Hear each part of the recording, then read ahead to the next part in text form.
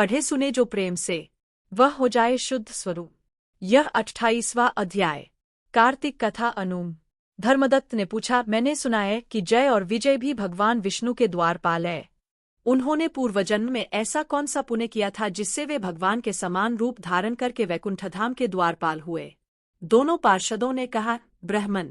पूर्वकाल में त्रिनविंदु की कन्या देवहूति के गर्भ से महर्षि कर्दम की दृष्टिमात्र से 2 पुत्र उत्पन्न हुए। उनमें से बड़े का नाम जय और छोटे का नाम विजय हुआ। पीछे उसी देवहूति के गर्भ से योग धर्म के जानने वाले भगवान कपिल उत्पन्न हुए। जय और विजय सदा भगवान की भक्ति में तत्पर रहते थे। वे नित्य अष्टाक्षर मंत्र का जप और वैष्णव व्रतों का पालन करते थे। एक समय राजा मरुत ने उन दोनों को अपने यज्ञ में बुलाए। वहां जय ब्रह्मा बनाए गए और विजय आचार्य। उन्होंने यज्ञ की संपूर्ण विधि पूर्ण की। यज्ञ के अंत में अवबृखस्थान के पश्चात राजा मरुत ने उन दोनों को बहुत धन दिए। धन लेकर दोनों भाई अपने आश्रम पर गए। वहां उस धन का विभाग करते समय दोनों में परस्पर लागडांट पैदा हो गई। जय ने कहा, इस धन को बराबर बराबर बांट लिया जाए। विजय का कहना था, नहीं, जिसको जो मिलाए वह उसी के पास रहे। तब जय ने क्रोध में आकर लोभी विजय को शाप दिया, तुम ग्रहण करके देते नहीं हो, इसलिए ग्रार अर्थात मगरमच्छ हो जा। जय के शाप को सुनकर विजय ने भी शाप दिया, तुमने मद से भ्रांत होकर शापो दिया है, इसलिए तुम मातंग अर्थात हाथी की योनि में जा। तत्पश्चात उन्होंने भगवान से शाप निवृत्ति के लिए प्रार्थना की। श्री भगवान ने कहा, तुम मेरे भक्त हो, तुम्हारा वचन कभी असत्य नहीं होगा। तुम दोनों अपने ही दिए हुए इन शापों को भोगकर फिर से मेरे धाम को प्राप्त हो गए। ऐसा कहकर भगवान विष्णु अंतर्धान हो गए। तदनंतर वे दोनों गंड नदी के तट पर ग्राय और गज हो गए। उस योनि में भी उन्हें पूर्वजन्म का स्मरण बना रहा और वे भगवान विष्णु के व्रत में तत्पर रहे। किसी समय वह गजराज कार्तिक मास में स्नान के लिए गंड नदी गया तो उस समय ग्राय ने शाप के हेतु को स्मरण करते हुए उस गज को पकड़ लिए। ग्रार से पकड़े जाने पर गजराज ने भगवान रमानाथ का स्मरण किया। तभी भगवान विष्णु शंख चक्र और गदा धारण किए वहां प्रकट हो गए। उन्होंने चक्र चलाकर ग्राय और गजराज का उद्धार किया और उन्हें अपने ही जैसा रूप देकर वैकुंठधाम को ले गए। तब से वह स्थान हरिक्षेत्र के नाम से प्रसिद्ध है। वे ही दोनों विश्वविख्यात जय और विजय हैं जो भगवान विष्णु के द्वारपाल हुए हैं।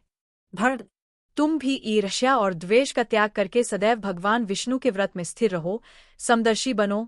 कार्तिक, माघ और वैशाख के महीनों में सदैव प्रातः काल स्नान करो। एकादशी व्रत के पालन में स्थिर रह। तुलसी के बगीचे की रक्षा करते रह। ऐसा करने से तुम भी शरीर का अंत होने पर भगवान विष्णु के परम पद को प्राप्त होवोगे। भगवान विष्णु को संतुष्ट करने वाले तुम्हारे इस व्रत से बढ़कर न यज्ञ है, न दान है और न तीर्थ ही है। दिवर, तुम धन्य हो जिसके व्रत के आधे भाग का फल पाकर यह स्त्री हमारे द्वारा वैकुंठधाम में ले जाई जा रही है। नारद जी बोले, हे राजन। धर्मदत्त को इस प्रकार उपदेश देकर वे दोनों विमानचारी पार्षद उस कलहा के साथ वैकुंठधाम को चले गए। धर्मदत्त जीवन भर भगवान के व्रत में स्थिर रहे और देहावसान के बाद उन्होंने अपनी दोनों स्त्रियों के साथ वैकुंठधाम प्राप्त कर लिए। इस प्राचीन इतिहास को जो सुनता है और सुनाता है वह जगतगुरु भगवान की कृपा से उनका सानिध्य प्राप्त कराने वाली उत्तम गति को प्राप्त करता है। प्रभु कृपा से लिख रहा सुंदर शब्द सजाए।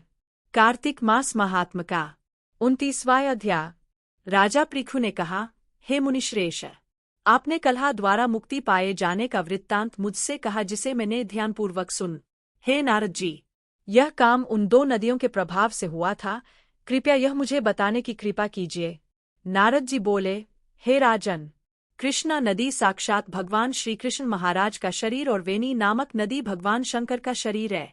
इन दोनों नदियों के संगम का महात्म्य श्री ब्रह्मा जी भी वर्णन करने में समर्थ नहीं है। फिर भी चूंकि आपने पूछा है इसलिए आपको इनकी उत्पत्ति का वृत्तांत सुनाता हूँ, ध्यानपूर्वक सुनो।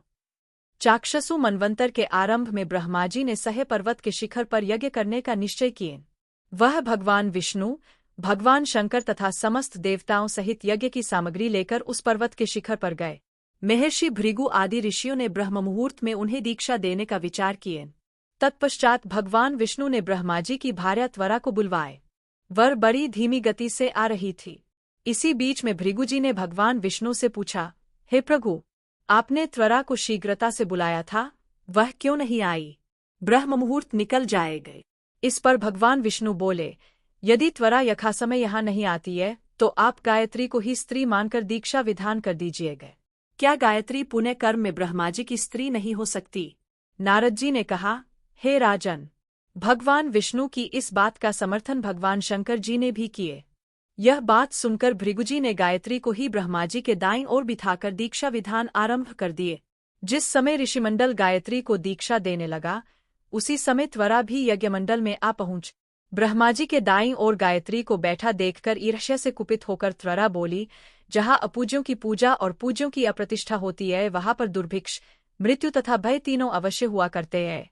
यह गायत्री ब्रह्माजी की दाईं ओर मेरे स्थान पर विराजमान हुई है, इसलिए यह अदृश्य बहने वाली नदी होग। आप सभी देवताओं ने बिना विचारे इसे मेरे स्थान पर बिठाया है, इसलिए आप सभी जल रूप नदियां हो गए। नारद जी राजा पृथु से बोले, हे राजन, इस प्रकार त्वरा के शाप को सुनकर गायत्री क्रोध से आगबूला होकर अपने होक चबाने लग। देवताओं के मना करने पर भी उसने उठकर त्वरा को शाप दे दिए।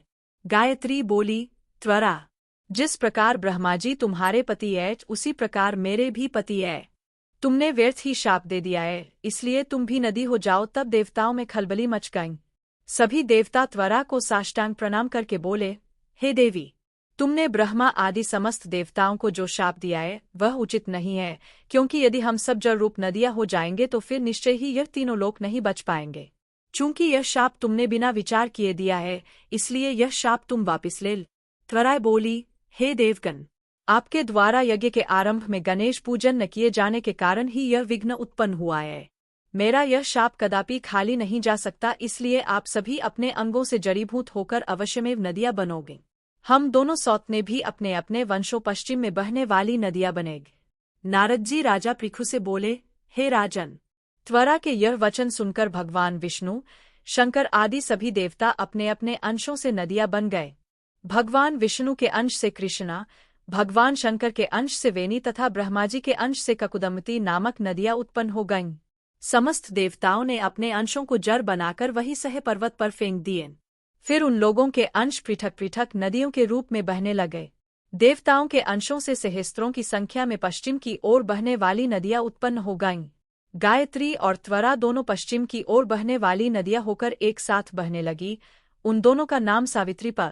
ब्रह्माजी ने यज्ञ स्थान पर भगवान विष्णु तथा भगवान शंकर की स्थापना की।